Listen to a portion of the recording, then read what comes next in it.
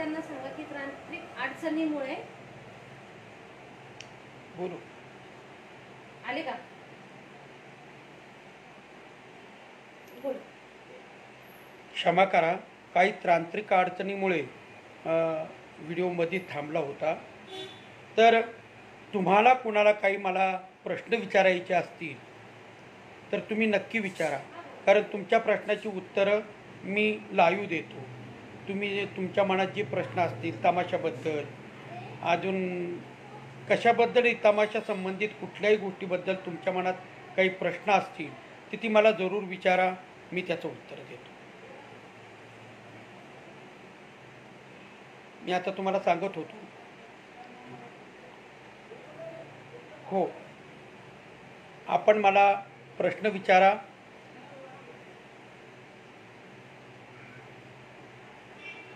धन्यवाद।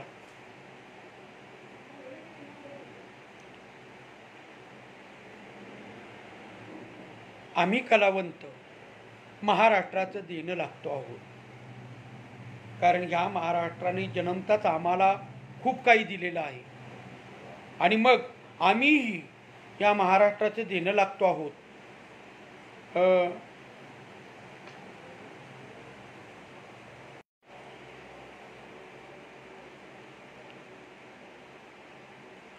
मला तमाशाची आवड केव्हापासून लागली हा आपला प्रश्न आहे। तर मी मुळात माझा जन्म हा तमाशात झाला। मुंबईला लालबाग थिएटरमध्ये तुकाराम खेडकरचं विठ्ठल कवठेकर हा तमाशा, दादू इंदुरीकर हा तमाशा, भाऊबापू नारायणगावकर हा तमाशा आणि माधवराव नगरकर हा तमाशा, हे तमाशे लालबाग थिएटरला होते। आणि त्यात 1961 साली 4 ऑगस्टला माझा जन्म झाला आणि माझ्या जन्माचा पाळणा गजानन वाटपे हे जे संगीतकार आहेत त्यांनी गायलेला आहे, प्रल्हाद शिंदे यांनी गायलेला आहे, विठ्ठल शिंदे यांनी गायलेला आहे माझ्या 5वीच्या दिवशी। तेव्हा मला लहानपणापासूनच बाळकडू माझ्या कानात आहे। मी ज्यावेळेस 5 दिवसाचा होतो त्यावेळेस महादेव नगरकर खूप मोठे तमासगीर होते त्या काळातले, आणि त्यांचा वगनाट्य होतं नागप्रसन्न रघुवीर। तर या नागप्रसन्न रघुवीर वगनाट्यात ते चिंदकाचं बाळ करायचे आणि ते बाळ स्टेजवर न्यायचे। तर त्या दिवशी ते चिंदकाचं बाळ करत असताना माझ्या वडिलांनी विचारलं, आज या बाळाला, चिंदकाच्या बाळाला न्यायचं नाही, माझा जो मुलगा आहे ना तोच न्यायचा म्हणे स्टेजवर।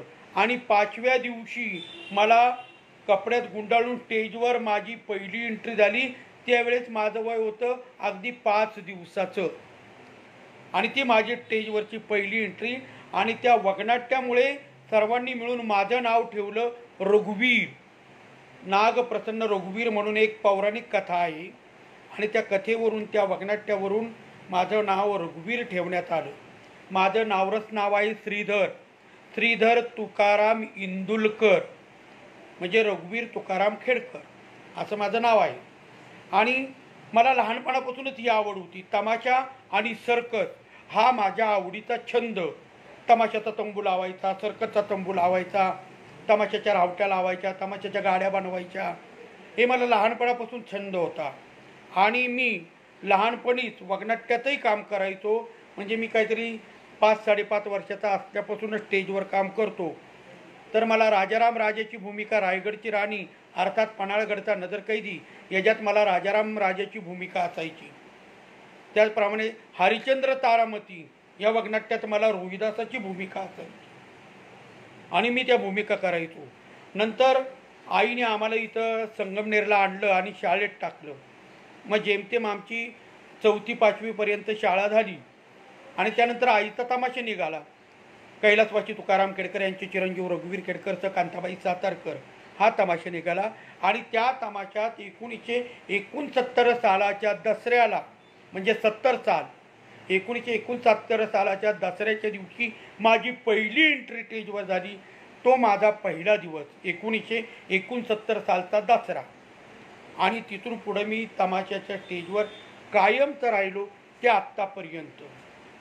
आणि या एवढ्या वर्षात, म्हणजे मला वाटतं जवळजवळ 50 वर्ष, तर या 50 वर्षाच्या काळात लहानपणीची तेवढी 10 वर्षाचा काळ जर सोडला तर तिथून पुढच्या 40 वर्षाच्या काळात जे काही बदल घडले, समाजात बदल घडले आणि समाजामुळे आम्हाला बदल करून घ्यावे लागले, ते बदल आम्ही करत गेलो.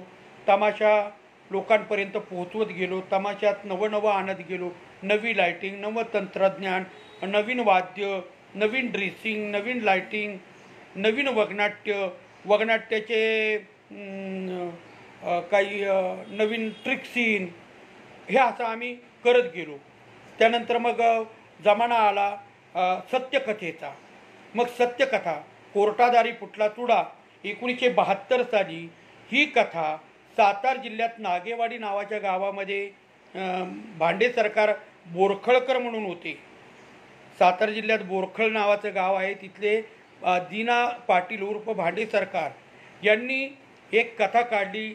सातारा जिल्ह्यात घडलेल्या सत्य घटनेवर आधारित वगनाट्य कोर्टादारी फुटला चुडा, अर्थात नागेवाडी खून खटला, 1972. आणि तिथून पुढे मग सगळेच तमाशा, जेवढेही तमाशे आहेत ते सर्व तमाशे मग सत्यकथेवर आधारित असणारे वगनाट्य रंगमंचावर आणायला लागले. मग ऐतिहासिकचा जमाना थोडासा कमी झाला, पौराणिकचा जमाना थोडासा कमी झाला, रजवाडीचा जमाना थोडासा कमी झाला आणि मग सामाजिक वगनाट्य आणि जिवंत कथा म्हणजे सत्य घटना यांचा जमाना चालू झाला. आणि मग त्या सत्य घटनेवर आधारित कथानकं आत्तापर्यंत रंगमंचावर सर्व फळमालक, सर्व कलावंत साकारत आहेत. आता माझा पहिला जीवन प्रवास आहे. विचारा तुम्हाला काही विचारायचं ते. हां, तेव्हाच्या तमाशात आणि आत्ताच्या तमाशात खूप मोठा बदल झालेला आहे. त्यावेळीच्या तमाशात फक्त हलगी, ढोलकी, तुणतुण, टाळ आणि हार्मोनियम पेटी आणि एखादं वाद्य असायचं क्लॉरनेट किंवा सनई, एवढ्याच वाद्यावर तमाशा असायचा आणि तो तमाशा लोकांना खूप आवडायचा. एखादं हिंदी गाणं जर आमच्या तमाशातल्या कलावतीने म्हणलं, म्हणजे थोडक्यात उदाहरण सांगतो, माझी आई कटी पतंगमधलं गाणं म्हणायची, ना कोई उमंग है ना कोई तरंग है, मेरी जिंदगी है क्या एक कटी पतंग है. हे गाणं म्हणायची तर लोक इतकं डोक्यावर घ्यायचे. मी लहान होतो, मी बघायचो आणि त्यावेळेस वन्स मोर असं कोणी म्हणत नव्हतं, परत एकदा म्हणा. त्यावेळेस माणसं उभे राहायचे, बाई परत एकदा म्हणा, परत एकदा म्हणा असं म्हणायची आणि मग आई परत एकदा ते गाणं म्हणायची. तर आई 6 वारी साडी नेसून, सफेद साडी नेसून ते गाणं आई म्हणायची. असा तो काळ होता. त्याच्यानंतर 1979 साल उजडलं. बीबीताई, अलकाताई, मंदाताई आणि मी, आम्ही 4 जण रंगमंचावर उभे राहिलो. आमची मंदा रंगमंचावर आली आणि मग 79ला मंदा रंगमंचावर आल्यानंतर उंचपुरी, खूप देखणी, सिनेमाच्या नटीसारखी, गोरीपान, हिंदी बोलायला एक्सपर्ट, इंग्रजी बोलायला एक्सपर्ट अशी मुलगी तमाशात आली आणि तिला साजेल शोभेल अशाच भूमिका तिला मिळत गेल्या आणि त्यातून तमाशा नावजत गेला. बीबीताई, अलकाताई या सिरियस भूमिका करायच्या, बीबीताई कॉमेडीची भूमिका करायची, अलकाताई सिरियस भूमिका करायची आणि मंदाताई अशी भूमिका, कुठं वकिलाची भूमिका, कुठं एखाद्या तवायफची भूमिका, कुठं नाचणारणीची भूमिका, कुठं फुलनदेवीची भूमिका, कुठं राजीव गांधींची भूमिका. राजीव गांधींची भूमिका मंदाताईंनी संपूर्ण टक्कल करून राजीव गांधींची भूमिका मंदाताईंनी साकार केली. हार फुलांचा फास मृत्यूचा, अर्थात राजीव गांधी हत्याकांड या वगनाट्यात पुरुषाची भूमिका केली. मंदाताई 5 आवाजात गाते, पुरुषांच्या 5 आवाजात. म्हणजे असा आम्ही तमाशात बदल करत गेलो. मी लेडीज आवाजात गायचो, पुन्हा मी नाचायलाही लागलो, स्टेजवर नाचायचो, गायचो, सोंगाडपण करायचो, ढालबाजी करायचो, तलवारबाजी करायचो. हे सर्व लोकांनी पाहिलं आणि हे दरवर्षी नवीन काहीतरी करतात, यांच्याकडे दरवर्षी नवीन काहीतरी असतं म्हणून समाज धावपळ करून माझ्या कार्यक्रमाला येत असे. तेव्हा पूर्वीच्या तमाशात आणि आत्ताच्या तमाशात हा बदल झाला की आता ॲक्टोपॅड आले, कीबोर्ड आलेला आहे, तुंबा आलेला आहे, ड्रमसेट आलेला आहे कोंगो आलेला आहे, तुंबडी आलेली आहे, ढोलकी आहे, ढोलक आहे, गजाढोल आहे. ही सर्व वाद्य आज रंगमंचावर वाजत आहेत. इलेक्ट्रॉनिक वाद्यांची खूप मोठा झुंबड आजकाल तमाशाच्या रंगमंचावर दिसते. लाइटिंग, वेगवेगळ्या देशातलं लाइटिंग आज तमाशाच्या स्टेजवर दिसतं. आज तमाशाचं स्टेज एखादा सिनेमाचा लाईव्ह कार्यक्रम चालू असल्यासारखा चालू असतो. कुठलाही तमाशा बघा तुम्ही, कुणाचाही तमाशा असू द्या, त्याच्या रंगमंचावर इतकं लाइटिंग असतं की त्या लोकांनी जे 60 रुपये 70 रुपये दिलेले असतात त्यांचं अर्धे पैसे हे सगळं पाहण्यातच फिटतं. तो तंबू, त्या गाड्या, ते लाइटिंग, ते रंगमंच, ती रंगमंचाची व्यवस्था, ते रंगमंचावरचे ड्रेसिंग, ते कलावंतांचे मेकअप, ते कलावंतांचे आवाज, त्या कलावंताचे डायलॉग फेक, याच्यातच त्यांचे पैसे वसूल होतात. आणि मग रसिक मायबाप हसत खेळत कार्यक्रम सुटल्यानंतर तमाशाची वाखाणगी करत घरोघरी जातात. धन्यवाद भाऊ. तुम्ही म्हणालात तमाशाला चांगले दिवस येतील, काळजी करू नका. खरंच तमाशाला चांगले दिवस येण्याची आम्ही वाट पाहत आहोत. तुम्ही सर्वजण जसे अच्छे दिन आएंगे या गोष्टीची वाट पाहत होता, तसे आम्हीही तमाशाला चांगले दिवस येतील या गोष्टीची वाट पाहत आहोत. आणि आम्हाला आशा आहे की आमचा महाराष्ट्र आणि महाराष्ट्रातील सर्व पुढारी नेते मंडळी नक्कीच इथून पुढं तमाशाला चांगले दिवस आणल्याशिवाय राहणार नाही अशी मनात आशा धरून आहे मी. आणि सर्व पुढाऱ्यांना, महाराष्ट्रातील सर्वांना माझी विनंती की नक्की तमाशाला तुम्ही चांगले दिवस आणावे. हो, आपण मला प्रश्न केला आहे की आपण प्रवचनही करता आहात असं ऐकलं आहे. होय, मी लहानपणापासूनच धार्मिक प्रवृत्तीचा आहे. माझी आई कांताबाई सातारकर आणि माझ्या मानस आत्या म्हणजे माझ्या वडिलांनी एक बहीण मांडली होती संगमनेरला, सुशीलाबाई दिंडे.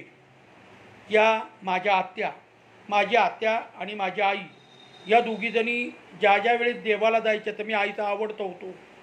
आईचा आवडता मी होतो आणि आमच्या आत्याचा आवडता आत्याचा मुलगा राजेंद्र होता. मग त्या दोघीजणी जाताना आम्हा दोघांना घेऊन जायच्या. आणि तेव्हापासून मला देवाचं वेड लागलं, परमार्थाचं वेड लागलं. त्याच्यानंतर माझा कार्यक्रम श्रीमंत दगडूशेठ हलवाई गणपती यांच्या 100व्या वर्षानिमित्त दगडूशेठ हलवाई गणपती कार्यक्रमात माझा कार्यक्रम ठेवण्यात आला. आणि तिथं शंकराचार्यांचं प्रवचन आणि बाबा महाराज सातारकरांचं कीर्तन होतं. आणि त्यांचं कीर्तन प्रवचन झाल्यानंतर रात्री 10 वाजता रघुवीर खेडकरचा तमाशा होता. तर त्यावेळेस मी पूजेला बसलेला असताना शंकराचार्य हे त्यांनी पाहिलं पूजा करताना. माझा तो एवढा मोठा देवाचा पसारा मांडलेला, मी पंचा नेसलेलो, पूजेला बसलेलो. आणि त्यांनी विचारले ये कौन है. मग त्यांनी सांगितले इधर जो ड्रामा होने वाला है उसके ये मालिक है. अरे बोले ये तो हमारा आदमी है, ये ड्रामा कैसा कर सकता है, इन्होंने प्रवचन करना चाहिए. ते असं म्हणाले. आणि त्यांनी मला प्रसाद एक सफरचंद दिलं आणि ते रंगमंचावर गेले. मी माझी पूजा आटोपली आणि रंगमंचावर जाऊन बसलो, म्हणजे रंगमंचाच्या पुढे जाऊन बसलो त्यांचं प्रवचन ऐकायला. प्रवचन झालं. त्याच्यानंतर माझी संध्याकाळची जी आरती पूजा असते ती आरती पूजा चालू व्हायचा वेळ आणि बाबासाहेब सातारकर यायचा वेळ, बाबा महाराज सातारकर यायचा वेळ एकच झाला.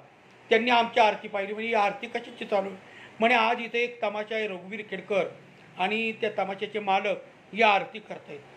अरे म्हणले हा तर आमचा आहे, हा तमाशाच कसा. ज्यांनी संप्रदाय स्वीकारला पाहिजे, हा जर एवढा धार्मिक आहे तर या मुलांनी संप्रदाय स्वीकारला पाहिजे. आणि ती गोष्ट माझ्या लक्षात राहिली. त्याच्यानंतर माझे मित्र विश्वनाथ रिटे महाराज, तुकाराम आरोटे महाराज, त्याचप्रमाणे बाळासाहेब सुडके महाराज, पांडुरंग गिरी महाराज, किसन काजळे महाराज, पठाडे महाराज या सर्व महाराज मंडळींनी मला आग्रह धरला. आणि तुकाराम आरोटे आणि विश्वनाथ रिटे या दोन्ही मंडळींनी मला आग्रह धरला की तुम्ही माळ घातली पाहिजे. कारण मी न खाणारा पिणारा होतो. त्यामुळे मी आळंदीच्या यात्रेत सर्व संत तमाशाच्या राहुटीत बोलवले आणि पांडुरंग गिरी महाराजांच्या हस्ते माळ घातली आणि तेव्हापासून मी संपूर्ण संप्रदायाचा अभ्यास करण्यात माझं लक्ष केंद्रित केलं आणि मी जे काही संपादित केलं ते मी प्रवचनरूपी, मला ज्यावेळेस प्रवचनाला कोणी बोलवतं तर त्या प्रवचनरूपी सेवेत मी संपादित केलेला माझा अध्यात्म मी मांडत असतो. मी काही फार मोठा प्रवचनकार नाही, परंतु तुडकी मुडकी या संप्रदायाची सेवा करण्याचा प्रयत्न मी करत असतो. हे मात्र त्रिवार सत्य आहे.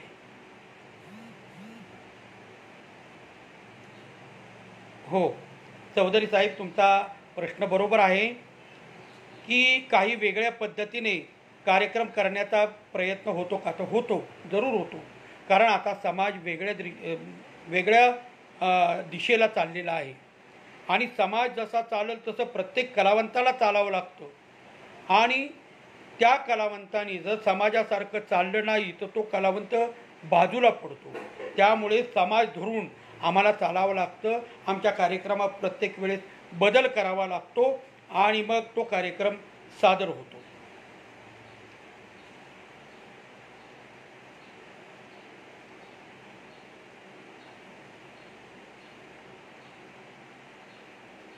हां बरोबर आहे. 1990 साली राजीव गांधी हत्याकांड, 1990 किंवा 91 साला असेल, राजीव गांधी हत्याकांडावरील आमचा वर्गाचा प्रयोग चालू होता. तर त्याच्यात राजीव गांधींचा जो स्फोटक अंत झाला तो सीन आम्ही असा बसवला होता. खाली एक फळी आणि वर एक फळी असते. त्या खालच्या फळीला एक वायरीचं टोक लावलेलं आणि वरच्या फळीला एक पत्र्याचा तुकडा लावलेला, त्याला वायर जॉईन केलेली. आणि मग राजीव गांधीच्या वेळेस ती तिथं जातात आणि ती दारू इथं लावलेली असते छातीवर त्या ठाणू नावाच्या मुलीने. आणि मग ती तिथं गेली का तिने पायाने ती फळी दाबली का तिथं जाळ व्हायचा छातीपाशी आणि मागं आपटबाराचा स्फोट व्हायचा. परंतु अचानक माझा भाचा आणि माझा मुलगा खेळत खेळत जिथं त्या आपटबाराची पेटी होती त्या पेटीपाशी पोरं खेळत होती आणि अचानक शॉर्ट सर्किट झालं आणि त्या पेटीचा स्फोट झाला. त्याच्यात माझा भाचा खूप मोठा गंभीर जखमी झाला आणि आमचे एक कलावंत होते वामन मामा, ते अतिशय गंभीर जखमी झाले आणि त्याच्यातच त्यांचा अंत झाला. परंतु आम्हाला पोलिसांनी, म्हणजे त्यावेळेस पोलीस सगळे आले होते कार्यक्रम पाहायला आणि त्यांनी सगळं पाहिलं होतं. त्यांचे मोठमोठे अधिकारी आले होते. कारण राजीव गांधीचं वक्तव्य लावलं म्हणून नांदेडवरून पोलीस फौज आली होती खास कार्यक्रम पाहायला. मोठमोठे अधिकारी, SP DSP हे मोठे सगळ्यांची सोय केली होती. त्याच्यात हा कार्यक्रम आमचा असा झाला. मग त्यांनी आम्हाला धीर दिला, घाबरू नका, आम्ही तुमच्या पाठीशी आहोत, तर तुम्ही फक्त कार्यक्रम चालू ठेवा, नाही तर वेगळा संदेश जाईल का नक्षलवाद्यांनी तमाशा स्फोट केला असं होईल. तर तुम्ही कार्यक्रम चालू ठेवा, कार्यक्रम बंद करू नका. मग आम्ही वामन मामांचं प्रेत रावटीमध्ये झाकून ठेवलं आणि तो कार्यक्रम केला. माझा भाचा खूप भाजलेला होता. आई त्याला घेऊन नांदेडला गेली, तरी त्याच्या आई म्हणजे माझी बहीण बीबीताई आणि मी वगनाट्यात शेवटपर्यंत काम केलं. आणि मग शेवट झाल्यानंतर मग आम्ही वामन मामांच्या अंगावर पडून रडू लागलो की मामा तुम्ही आत्ता आमच्याजवळ होतात आणि आता कसे काही गेलात. हा शोक आम्ही केला. तर आम्ही कलावंत आमचं दुःख 3 पायऱ्याच्या मागच विसरत असतो. आमचं सुख असो दुःख असो ते 3 पायऱ्याच्या मागं विसरायचं आणि 3 पायऱ्या सोडून रंगमंचावर आलं की जे दुःखी कष्टी होऊन आलेली जनता असते त्यांचं दुःख निवारण्याचं काम आम्ही कलावंत करत असतो. तर त्यांच्यावर आमचं दुःख लादण्याचा कार्यक्रम आम्ही कधी केलेला नाही. तेव्हा त्यावेळेस हा प्रसंग असा घडला होता.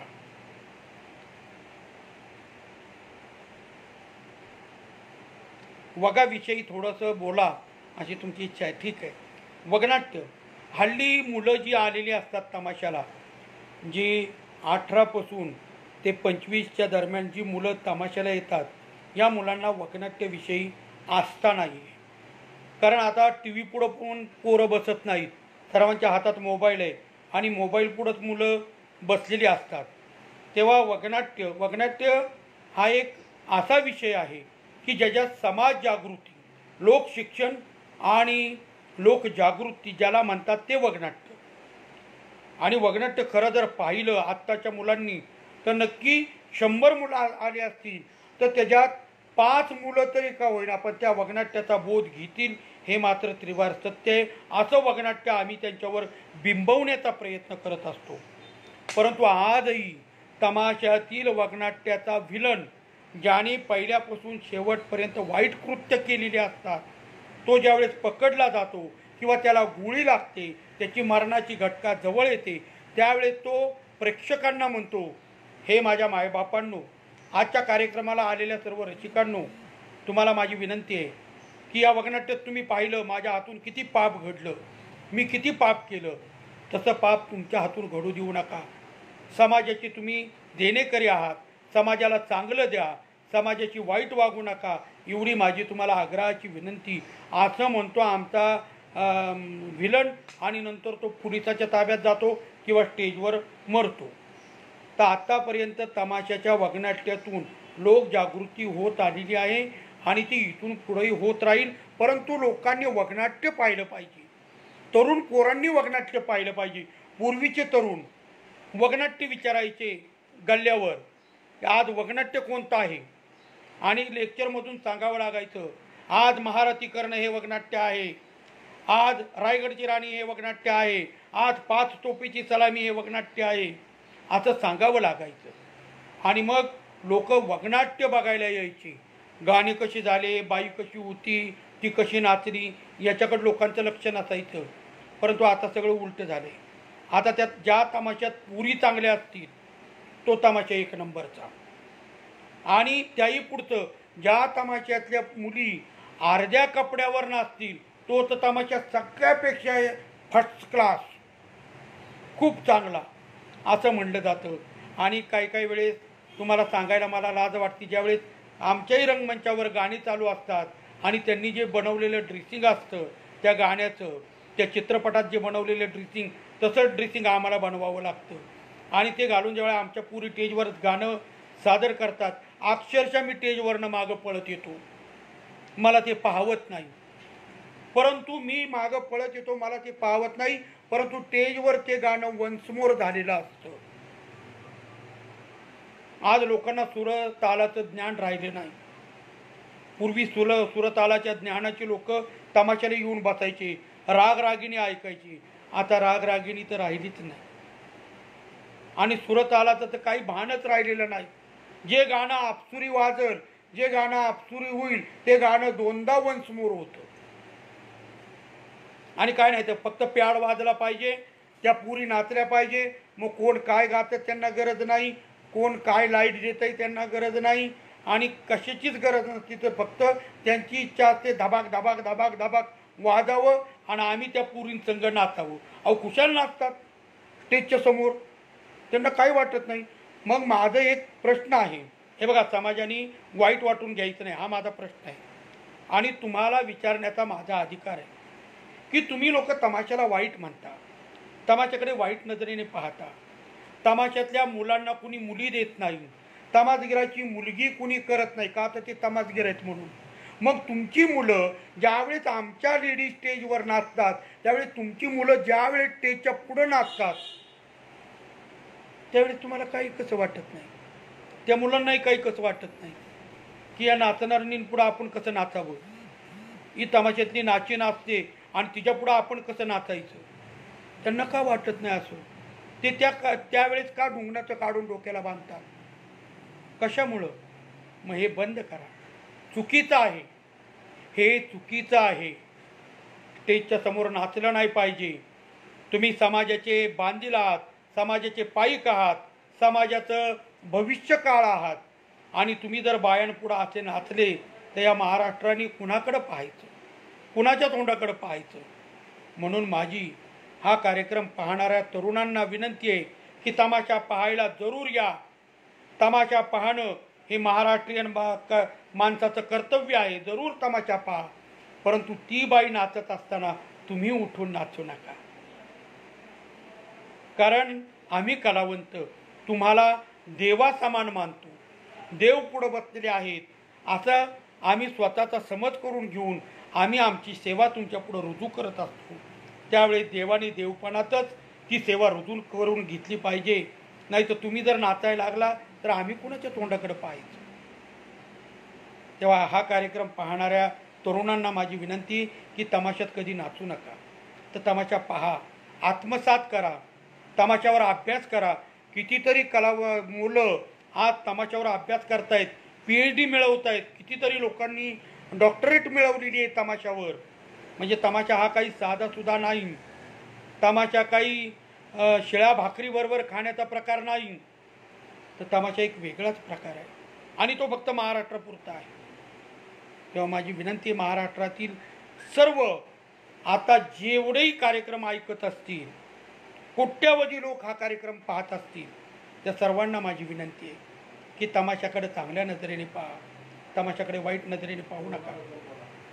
त्याचप्रमाणे माझा तमाशा कैलासवासी तुकाराम खेडकर यांचे चिरंजीव मास्टर रघुवीर खेडकरचं कांताबाई सातारकर हा तमाशा मी कसा ठेवला आहे हे थोडंसं सांगतो. खरं तर माझं मी सांगायला नाही पाहिजे, पण मी जर सांगितलं नाही तुम्हाला कळणार कसं. तर हा तमाशा मी संस्कृतीत वाढवला आहे. या तमाशात दररोज पूजा अर्चा चालते. या तमाशात कुठलंही पशु हत्या होत नाही.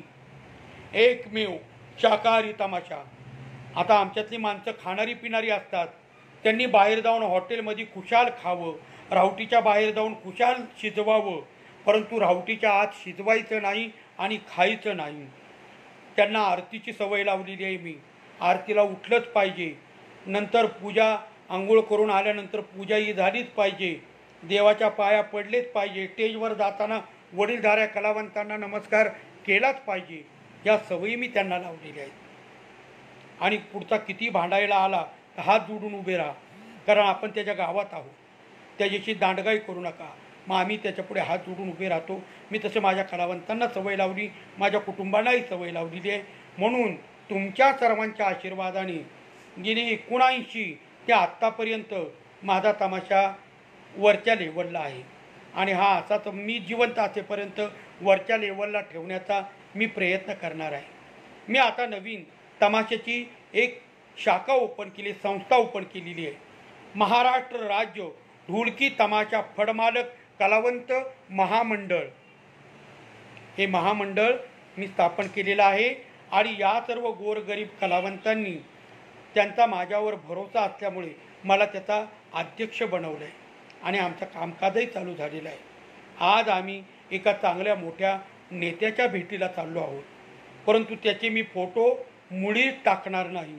कारण मला नेतेगिरी करायची नाही, तर मला चाकरी करायची समाजाची, तमाशातल्या समाजाची, या समाजाची, या सर्व समाजाची मला चाकरी करायची.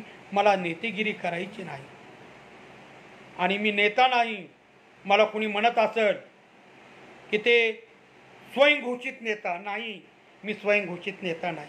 मी चाकर आहे, तुमचाही चाकर आहे. जे म्हणतात ना त्यांचाही चाकर आहे. मला सर्वांचा चाकर म्हणून राहायचं आहे. स्वयंघोषित नेता बिता म्हणू नका. मला लांछन लावू नका. मी लांछन लावून घेण्याच्या वयात नाही. माझ्या वयाचा विचार करा. माझ्याबद्दल तुम्ही जो बोलतात त्याचा विचार करा.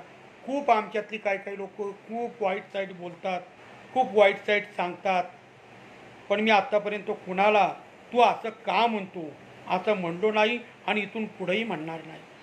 पण माझी सर्वांना विनंती आहे की तमाशासाठी सर्वांनी करा.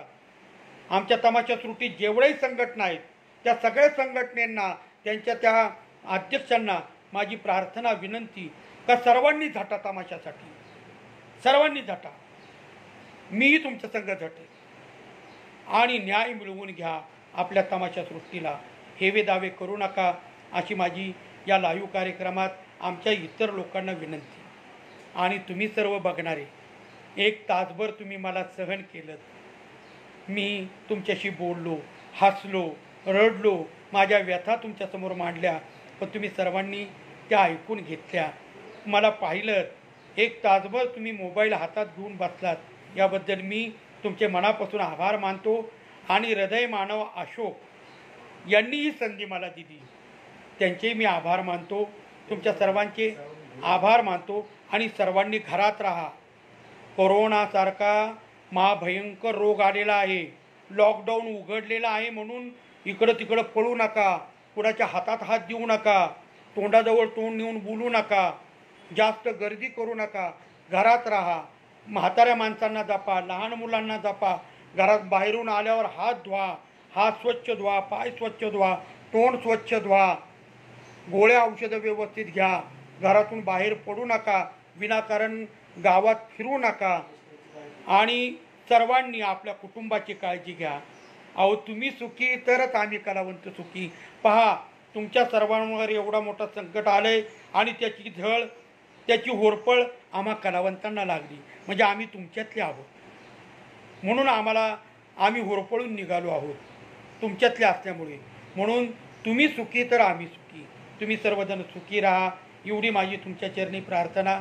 आणि सर्वजण आनंदी राहा, सुखी राहा.